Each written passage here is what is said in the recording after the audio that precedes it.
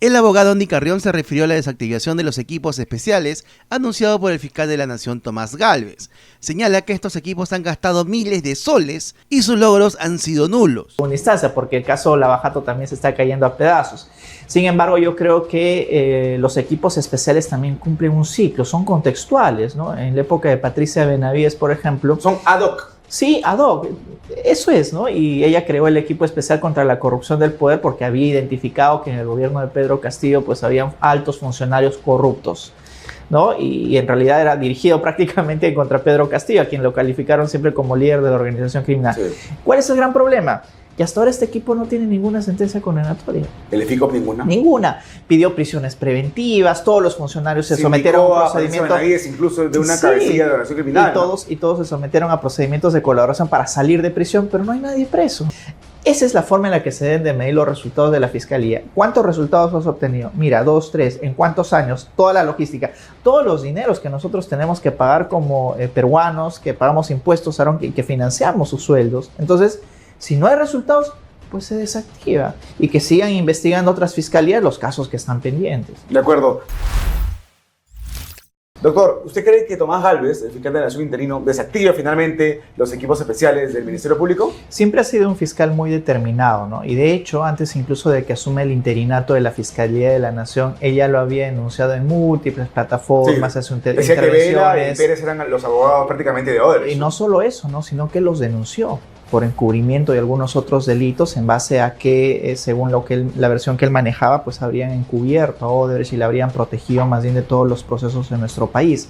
Así es que con esos antecedentes, Aarón, ya era indefectible de que cuando él asuma, bueno, ahora es el interino, es probable que sea nombrado también fiscal de la Nación titular en los próximos días. ¿Espere ser nombrado como fiscal de la Nación ya titular de manera oficial para recién eliminar los equipos especiales? El problema es de que tiene poca legitimidad cuando es fiscal interino, ¿no? Si bien es cierto, la ley orgánica le permite, le habilita a él para así como activar equipos especiales, desactivarlos. Sin consultar a la Junta de Fiscales Supremos. Sin consultar. De hecho, que cuando él fue preguntado del por qué tenía que someter a una discusión y a votación dentro de la Junta de Fiscales Supremos, él señaló porque quería desplegar actos democráticos dentro de su gobierno interino y por ser interino precisamente generarse legitimidad con los demás fiscales.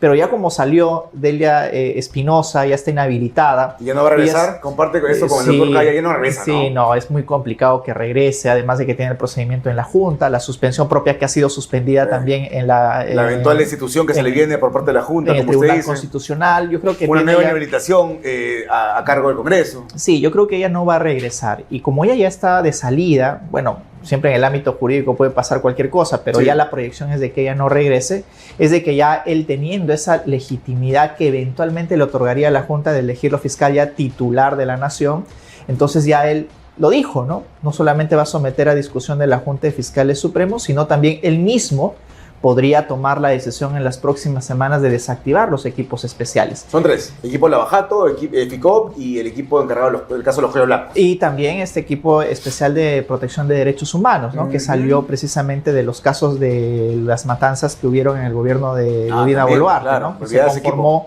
Que se conformó otro equipo de derechos humanos, pero que en la práctica pues no está obteniendo resultados, ¿no? Y yo creo que ese es el punto fundamental, Aarón, desde el cual se debe de analizar si procede desactivar los equipos especiales o no. ¿Cuáles han sido sus éxitos que exhibir? Eso es importantísimo. En el equipo especial Lava Jato, por ejemplo, se han pasado muchísimos años para obtener unas pocas sentencias condenatorias.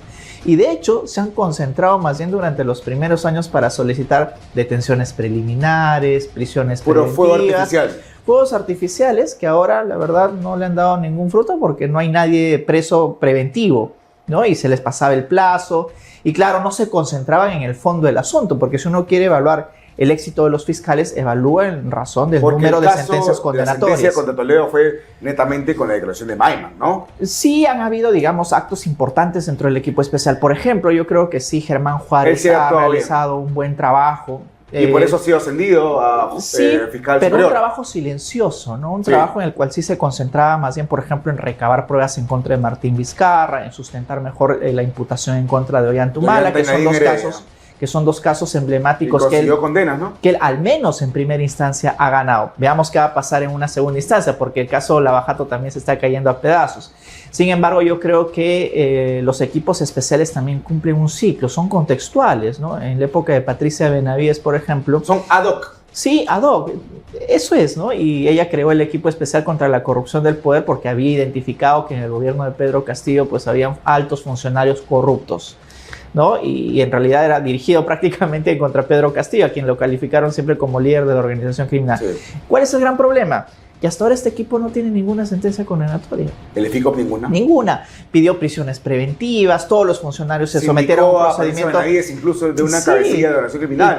Y todos se sometieron a procedimientos de colaboración para salir de prisión, pero no hay nadie preso. Entonces se han abusado también de la figura de la colaboración eficaz, porque todos están libres, todos los exfuncionarios del gobierno de Castillo. El único preso es Castillo, porque sindicarlo pero no por corrupción, sino por el golpe de Estado. por otros temas, ¿no? Porque sindicarlo a Pedro Castillo implicaba que ellos salgan libres. Entonces todos se han sometido a este procedimiento y el único que ha quedado ha sido Silva, que es prófugo, está prófugo ahora mismo de la justicia, y también Pedro Castillo, pero como tú dices que ha sido condenado por otro delito, el último que se le aperturó, que es precisamente por el delito. Pero nada de corrupción. Hasta ahora nada de corrupción, mira cuán lento avanzan los casos, ¿no? Y el último caso que se le abre precisamente por la intentona golpista es el primero que se resuelve en el Poder Judicial con esta sentencia condenatoria. Claro, porque han habido condiciones muy particulares, por ejemplo, la flagrancia, la que todos los peruanos hemos sido testigos de ello, pero finalmente lo que ha concluido el tribunal que juzgó a Pedro Castillo es de que en rigor aquí no se ha configurado el golpe de Estado como tal, ni tentativa del golpe de Estado, pero sí han conspirado. ¿Usted qué cree? ¿Que sí hubo rebelión o no hubo rebelión? Mira, el delito de rebelión en el Código Penal, Aarón, exige un presupuesto muy específico que es alzamiento en armas. Pero si eres jefe supremo de las Fuerzas Armadas y la policía claro que no sí. necesita, ¿no? El problema es de que cuando uno analiza el propio tipo penal, ese requisito, siendo el miembro, quien presidía las Fuerzas Armadas, tuvo que haber desplegado siquiera una orden específica para ello. En la sentencia, por ejemplo, los jueces llegan a esa conclusión. Dicen que si bien es cierto se había imputado el delito de rebelión y tendrían que analizar el alzamiento en armas, no encontraron alguna prueba que implique que en rigor sí habían procedido al levantamiento de armas, al menos en el ámbito tentado. Pero eso no significó que se deje impune estos hechos, ¿no? Tenían que sancionarse de alguna manera. ¿Existe la tentativa? Solo que lo recondujeron. ¿Tentativa de rebelión existe? Es que prácticamente el delito de conspiración es como una tentativa un poco adelantada, ¿no? Como tentativa no se configura. 11 años para dar un golpe de Estado me parece una condena bastante benevolente, ¿no? Benevolente, quizás porque, digamos, no se desplegaron actos de rigor de alzamiento en armas, pero el tema también hay que analizarlo desde el requerimiento propio del tipo penal. Pero ¿sabes cuál es el problema aquí, Aarón? Que este tipo penal es un tipo arcaico, ¿no? Se ha esbozado del año 91 y los legisladores creían que solamente se daban golpes de Estado alzándote en armas, claro, cuando no es necesario. No pueden haber golpes blandos recurriendo a otros órganos que no necesariamente sean las Fuerzas Armadas o policiales. Y yo creo que el Congreso, en base a esta última sentencia contra Pedro Castillo, deberían de reformar el delito de rebelión y extraer de esa configuración del delito el alzamiento en armas, porque se puede tomar el poder sin armas, Aarón. Sí, buen y eso punto, claro, puede subvertir el orden constitucional. Inconstitucional del Congreso que realizó Martín Sí, Vizcarra. lo puedes hacer, ¿no? No necesitas ir a la policía o a las Fuerzas Armadas, pero en derecho penal esos presupuestos son importantes analizarlos, pero como ya lo hemos visto, igual el tribunal no ha dejado estos actos impunes. Regresando, doctor, al tema de Tomás Gálvez, ¿usted sí cree que él va a ser elegido fiscal de la Nación? Porque ha regresado Luis Arce Córdoba. El problema es de que, por ejemplo, Pablo Sánchez ya no puede ser elegido, porque ya tuvo un periodo. Zoraida Ábalos tampoco puede ser elegida. Patricia Benavides lo dudo, porque el hecho de ejercer ya la presidencia de la Junta de Fiscales ya hizo que la cuestionen, está deslegitimada y dudo que ella misma quiera volverse a exponer. Sí, claro, está guardada. Entonces, quien queda es Villena, pero que él ya ejerció un interinato también, luego no fue elegido, y yo creo que por su condición de antigüedad, quien tendría que ser elegido es Tomás Saladino Gálvez. Luis Arce no. Ha entrado Luis Arce, pero él, yo creo que más bien no tiene los votos necesarios para poder ser elegido.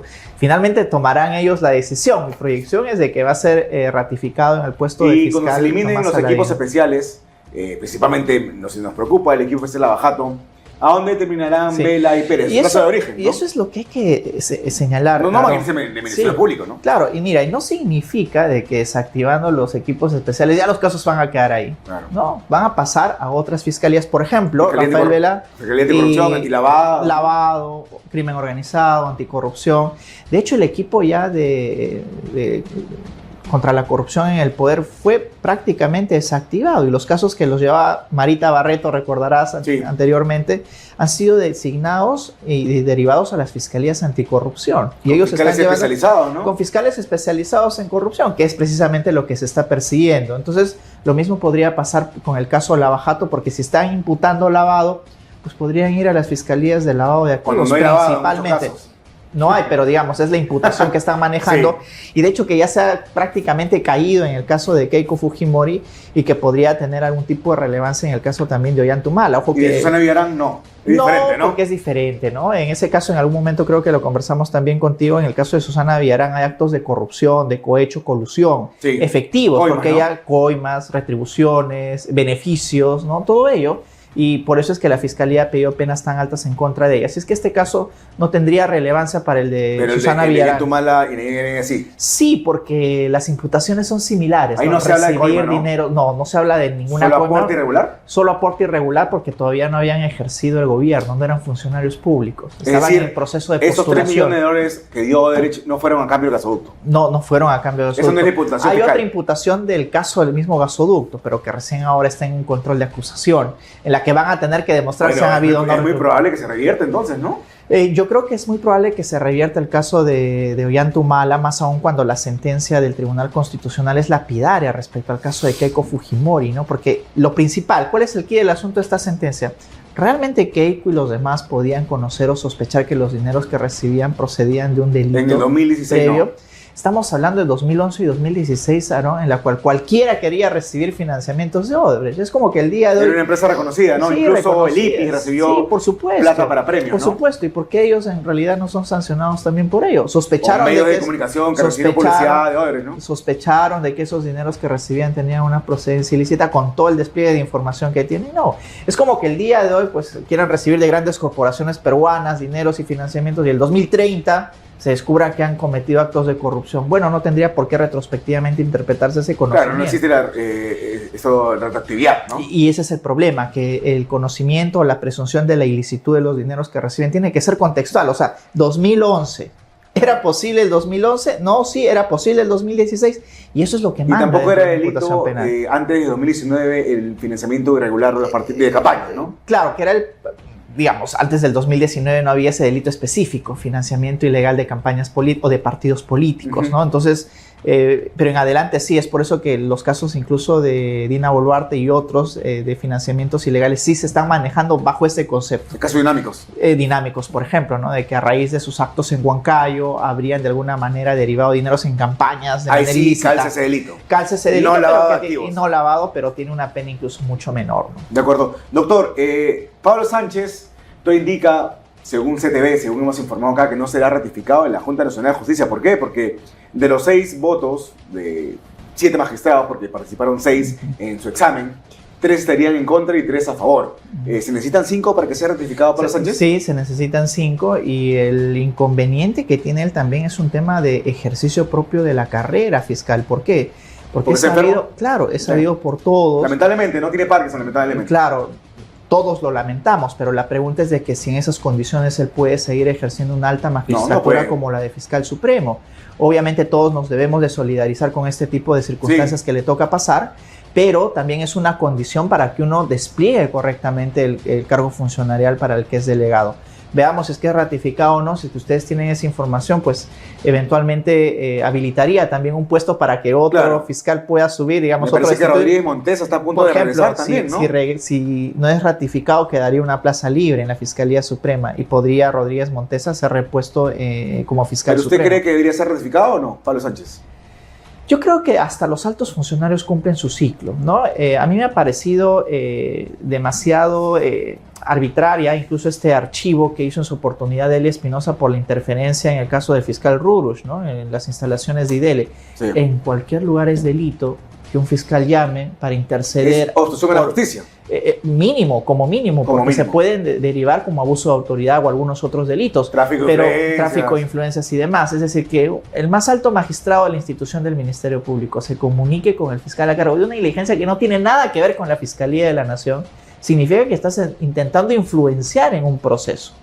Y Delia Espinosa, que es rigurosa así cuando investiga a sus enemigos, ¿verdad? Los congresistas, a otros miembros, sí archivó y dijo que no había posibilidad de que aquí se configure un delito. Y el mismo fiscal Rurush declaró en múltiples oportunidades de que sí recibió la llamada de Pablo Sánchez. La simple llamada ya evidencia una coacción, una amenaza. La simple llamada sin un resultado específico incluso, Aarón, porque trató de influenciar, independientemente del resultado. Y de hecho que eso tuvo resultados, porque el fiscal Rurush dijo, bueno, tuve que dejar todo e irme, ¿no? Porque ya me habían dicho de que no siga con la diligencia. Pero también Tomás Gálvez ha dicho que no hubo ningún tipo de amenaza. Claro, el tema es de que puedes traficar influencias sin amenazar, influenciar a favor de un tercero. ¿Ha prescrito el delito? Bueno, ese sería otro tema que analizar, pero los delitos es probable si es que... Pero no la falta administrativa, y la JNJ puede ponderar eso para no ratificarlo, ¿no? Sí, claro, porque ojo que la Junta Nacional de Justicia no necesariamente toma un delito para destituir o no ratificar a un alto magistrado como Pablo Sánchez, sino puede, en base a consideraciones éticas, porque incluso en la Junta se maneja este famoso código de Bangalore, es decir, que alguien tiene que portarse y aparentar objetividad y comportamiento ético. Esta ley de la carrera fiscal, ¿no? Y eso no prescribe, es decir, podrían los de la Junta decir, bueno, en base a estos principios, advertidos de que ha desplegado un acto antiético, ya que no es ilegal porque archivó Delia Espinosa, pero puede ser antiético, y eso podría bastar para no ratificarlo. Y también la recomendación que hizo para que su hijo consiga un puesto de trabajo en el Jurado Nacional de Elecciones. Por ejemplo, eso nunca llegó a buen puerto. Es decir, tráfico de influencias aquí, allá, pero bueno, por menos se han investigado otras personas. Por ejemplo, el caso de los cuellos blancos, con lo que le relacionaban al actual fiscal interino Tomás Aladino Gálvez, fue una construcción, yo diría, arbitraria en su contra. Si no, no habría regresado. Y en segundo lugar, que los casos de los cuellos blancos, pues los dosificaban la prensa que tenían acceso a estas conversaciones, ¿no? Era casi una extorsión encubierta para que los funcionarios respondan a sus intereses. Y no todos eran cuellos blancos. César San Martín, a pesar de que aparecía en un audio, no era cuello blanco. No, y además, el solo hecho de recibir una llamada y hacer coordinaciones de la función no tiene nada que ver con eso.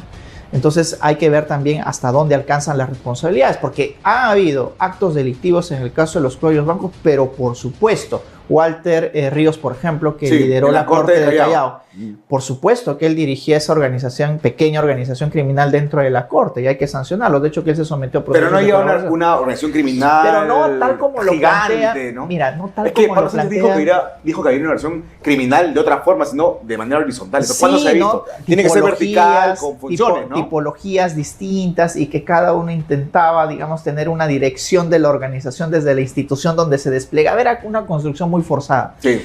Pero claro, mira, tantos años investigando, Aarón, ¿a quién han condenado? Esa es la pregunta. Solo a Walter Ríos. Porque ahí sí se mostró Bélgica, ¿no? y está prófugo, ¿no? Entonces, esa es la forma en la que se deben de medir los resultados de la Fiscalía. ¿Cuántos resultados has obtenido? Mira, 2, 3, ¿en cuántos años? Toda la logística, todos los dineros que nosotros tenemos que pagar como peruanos, que pagamos impuestos, Aarón, que financiamos sus sueldos. Entonces, si no hay resultados, pues se desactiva, y que sigan investigando otras fiscalías los casos que están pendientes. De acuerdo. Doctor, la del estribo, ¿se revertirá la condena a 14 años de cárcel contra Martín Vizcarra en segunda instancia?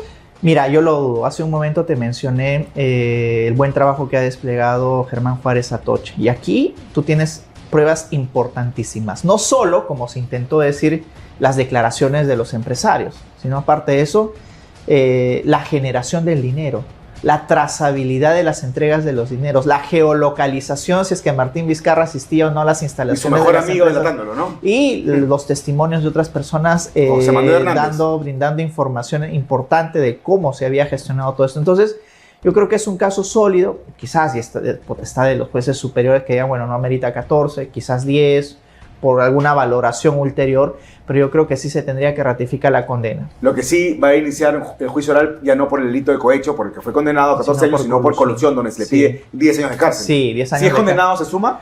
Mira, aquí, y ahí sí quisiera ser riguroso en el ámbito jurídico, debería de primar la tesis de la absorción, porque ojo que la colusión y el cohecho dependen de un conjunto de imputaciones vinculadas a dos obras, ¿no? Que es el de Lomas de Hilo y el Hospital de Moquegua.